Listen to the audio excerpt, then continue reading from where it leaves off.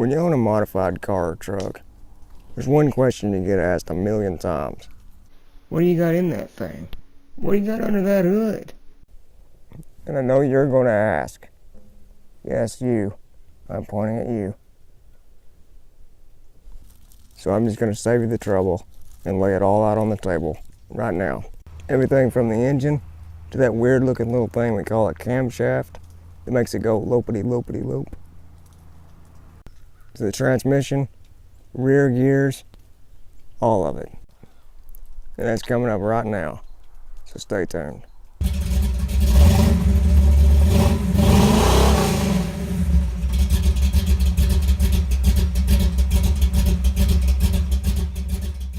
Oh yeah, if you're new, I'm a car enthusiast, a lawyer, and I use a wheelchair. If you'd like to tag along while I pursue my obsession with cars and feed my appetite for adrenaline, make sure you hit that subscribe button and turn on bell notifications so you don't miss anything. Alright, so as I said in the intro, I'm going to tell you everything I've done to the truck, or at least everything, the important parts. Then at the end, I'll come back and I'll tell you what I'm planning on doing, in the future here on the channel.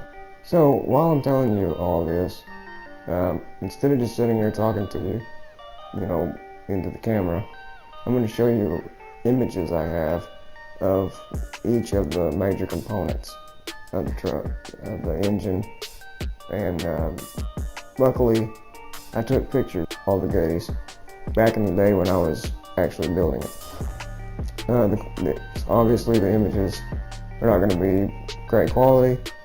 They're old, 5-6 years old, but I think they'll be a good visual aid, and it'll be better than just sitting here watching me talk. So I'm going to switch to the slideshow now, and then you can hear my voice.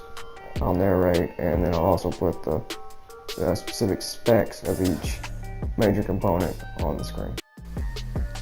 Alright, so here's the engine completely torn down to the short block. A little bit of history. This was actually just a stock crate 350 before these upgrades. So the bottom end is virtually still stock. So here's the cylinder heads in the box. They are RHS iron heads. I decided to go with iron because at the time, I was on a pretty tight budget, but I wanted to make the engine, I wanted to build it right, with decent, components. So I decided, I was debating, do I want to get a decent set of iron heads or go with a cheap set of aluminum heads? And, after thinking about it, I decided, well, considering this truck is so heavy, I don't think the little bit of weight I would save from the aluminum heads would offset the, probably lower quality. So I decided to just go with the, decent iron heads. And I decided to go with the RHS Pro Action cylinder heads. Specs on these, I'll put it on the screen here. Now actually I believe these heads, specific heads, have actually been discontinued. I was looking for the specs to make sure I remembered correctly, and I don't think they're available anymore, at least in the iron form. Alright, so moving on to the camshaft. I don't actually have an image of the cam. In this picture you can see a box in the background, a comp cam's box, but that's not the cam that's in the engine. And this image is actually just the stock cam that came out of the engine. I just added it for visual purposes. The current cam is a Lenati Bracket Master 2. I'll put the specs up here on the screen. It is a symmetrical cam, so the exhaust and intake are the same. And this is a hydraulic flat tapping cam. So I know now that this probably wasn't the best choice for this setup. There's probably a better camshaft out there, but like I said, I was on a budget, and I actually got this cam from a friend who had purchased it to go in a car and then decided not to use it, so it gave me a really good deal.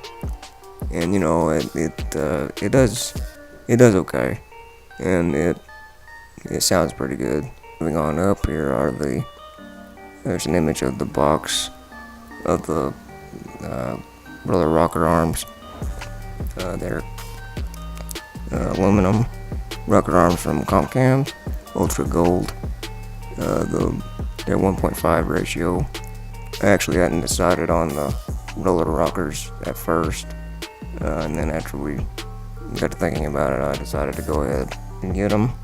There's actually an image here of the engine with the cylinder heads on, and you can see that, you know, the other rocker arms. Before I decided to go with the rollers, I wish I would have gotten an image with the roller rockers on the engine, or on the cylinder heads, but oh well. So here's an image of the tappet covers I got. It's those old standard chrome Chevrolet valve covers. So moving on to the intake. Here's an image of the intake and carburetor. This intake manifold is a Edelbrock Performer air gap intake, and then the carburetor is a Edelbrock Performer Series 750 CFM 4-barrel. Now, this carburetor is actually not on the truck anymore. I had a lot of bad luck with it. I had several different people tune the engine with this carburetor on it, and I just could never get it to run right. It always had a flat spot. You know, when you dump the throttle from a 30 or 40 roll, it's like it just fall on its face, and I just could not get it to completely go away. No matter who I got to work on it, you know, I got a rejet, I got a complete calibration kit, did all kinds of tuning, and it upgraded the distributor, just did everything we could think of, and just could not get it to run right. So I scrapped the Edelbrock and switched it out for a Holley double pumper 750 CFM, and it just runs so much better with that Holley. The flat spot is gone. I can even tell the difference in the power. It just woke the engine up. You know, I don't know if it was just my specific car, maybe it was defective. I don't know. I've heard a lot of other people complain about the same issue with Edelbrock, but then I've also heard other people swear by them. So I don't know. Let me know what your experiences are. If you had this problem with Edelbrock, or do you like them? You know, I don't know. I just know my experience was not the best. The engine fully assembled and inside the truck, with the K&N air filter on top of the carb. Now, when I first built the engine, I was running just some little 1.5 inch long tube headers. But shortly after I got the engine build, I switched to some 1 5/8 Headman long tubes. You can see that here in this image. And for the rest of the exhaust, I will put up on screen here a video of what the exhaust looks like. But when I first built it, the exhaust was just a straight 2.5 inch pipe run out the long tube headers back to a set of 12 inch glass packs, and then they were dumped. I dumped them right behind the cab. They had 3 inch turn downs, and then I ran it that way up until just last year, actually. And I don't know, I don't like the raspy tone you get with the glass packs. I prefer the modern tone of the Flowmasters. They're actually my favorites. So last year I switched out the glass packs for a set of Super 44 series Flowmasters, and that's what's on it now. That's what you're seeing in the video clip here. Same setup, same headers, same pipes, just different mufflers, and I ran them on back a little ways, almost to the rear end, and then turned them down. The truck's a little bit quieter. It's not hardly as loud, but I think it's got a better tone. I mean, it's still obnoxiously loud, you know, it still sounds great, but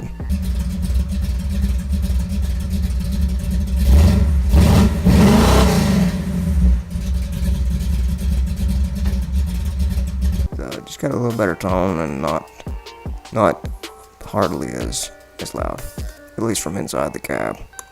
Check out the video I've made, or I'm gonna make really soon. I'll probably have made it by the time this comes out. I'll put a link in the description as well as the card up in the right corner here. I'm gonna do a full review and a comparison between the old glass packs versus the Super 44 Flowmasters. So check that out, see which one you like the best, let me know. Alright, so moving on back, the transmission. I don't have an image of it, but it is a Super Street Fighter Turbo 350 from TCI. I don't know exactly what the specs of it is anymore, I can't remember, but I know it's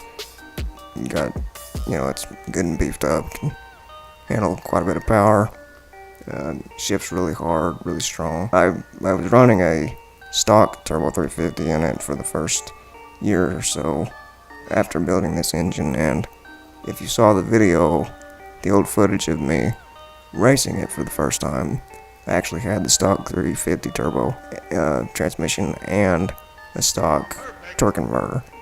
And if you saw part 2 of that video, I'll link them in the description and the card here. You can tell a significant difference from the transmission swap and torque converter, which brings me to the torque converter, which is a B&M whole shot 3000 stall converter. It's rated to stall between 2800 and 3200 RPMs, depending on the application, of course. I'm going to do a full review of it as well and talk about why I think it's so important not to skip the torque converter when you're building a mild to or moderate to advanced modified truck. The stall converter is just really wakes one up. But anyway, when that's posted, I'll link it here as well. So the last part of the drivetrain, the rear gears are 410s, and it currently has a mini spool. If you don't know what that is, it's just basically you just gut the rear differential, the stock differential, pull the spider gears out, and replace it with basically just a solid piece of metal that holds the axles together. When one axle spins, the other one turns the exact same as its counterpart. So there's absolutely no slippage. When one wheel turns, the other one turns. Now this is great for drag racing and traction in a straight line, but it has its negative consequences, like going around curves and things like that. It's not the best idea for a street application, and I actually wouldn't recommend it. Oh yeah, the stock rear gears that came in this truck were 273s. You heard that right, 273s, not 373s. The truck had the stock 305 that comes in them, with 273 gears. Let me tell you, this thing was horrible. You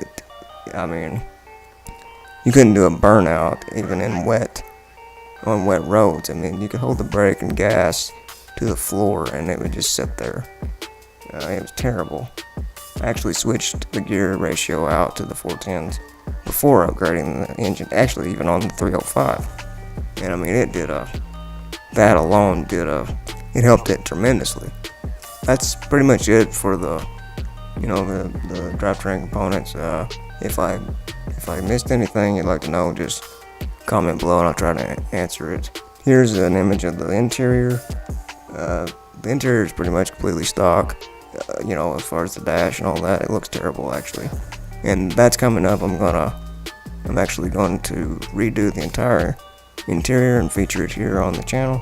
So make sure you stay tuned for that. I did pull the bench seat out and replaced it with a couple of racing seats, just inexpensive racing seats. The driver's side was actually given to me by a friend. He just had it in his garage and didn't want it anymore, so he gave it to me. It was red. Here's some pictures of I actually painted it, and it actually looks pretty good for what it is. Added a 5-point harness on the driver's side. But like I said, I'm gonna change all this, redo the entire interior, probably in the spring or early summer. So make sure you stay tuned for that. And that's pretty much it. Oh yes, the tires. I'm currently running street tires on it, and I've actually switched wheels since this picture, but back in the day when I was racing it and everything, I was running these tires. They are Mickey Thompson ET Street Radials. They were 315 60 R15s.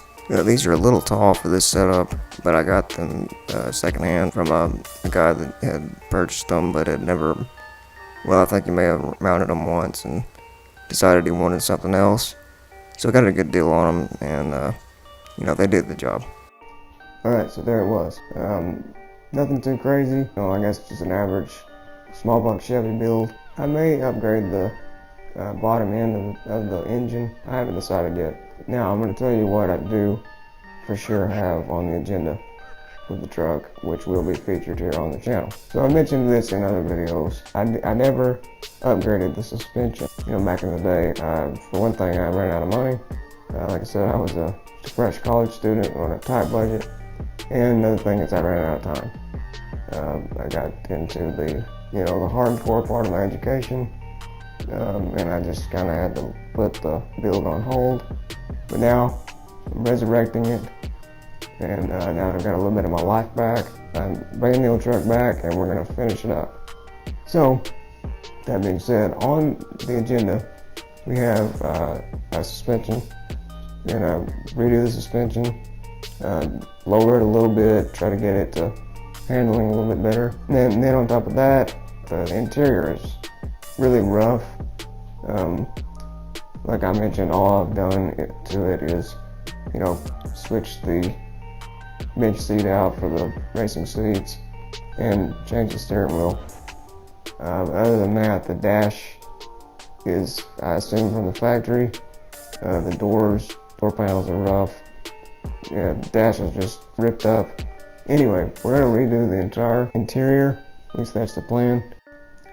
So far I've mentioned the suspension, interior, and then now, hopefully around the springtime, when the weather clears up a little bit, you can see it's raining and cold here now. I'm gonna get some body work done to the body. It's pretty straight, but it needs some work. And then we need a new paint job. The truck looks decent from a distance, but if you get up close to it, you can really see that it's really rough. Whoever painted it, they didn't prep it at all, does it look like. The glue from the chrome trim from the factory is still on there. They just painted over it. There's some Bondo work on the door, looks really rough. Anyway, I'm gonna get all that fixed, get a decent paint job put on it. And also the stickers that are on the doors. I know a lot of you guys probably don't like that. I'm not crazy about it either, but they are there for a reason. They're there actually to cover up some rough places in the paint, so we're gonna get rid of those. Get the body looking good and smooth, clean. That's on the agenda for now for the truck. We may do something else totally, may do more, I don't know. That's the plan. And then of course, if the channel does well, I'm going to add a different vehicle to go along with the truck. I'm thinking maybe a Camaro SS or something like that. Let me know what you think about that as well. That's a little ways down the road, but we'll see. But anyway, that's pretty much it. If you want to see if I left out anything that I didn't mention that you want to know, just comment below and I'll try to answer it best as I can. And so don't forget to like this video if you enjoyed it, and subscribe, and I'll see you next time.